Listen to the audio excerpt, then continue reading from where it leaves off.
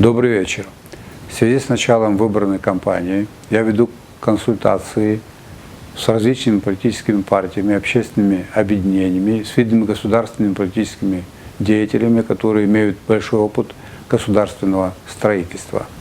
В переговорах я руководствуюсь мнением значительной части нашей общественности, которая желает, чтобы прогрессивные силы вышли на эти выборы единой командой.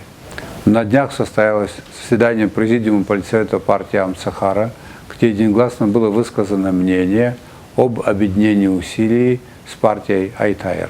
Я веду консультации с экс-президентом Республики Абхазия Александром Анкваб и руководством партии Айтайра.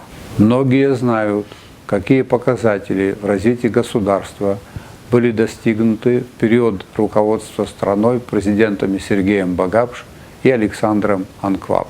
Это становится очевидным, если сравнить с деятельностью руководства страны за последние 5 лет.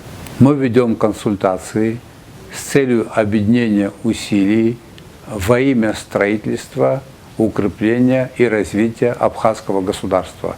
Этого от нас ждут граждане Абхазии.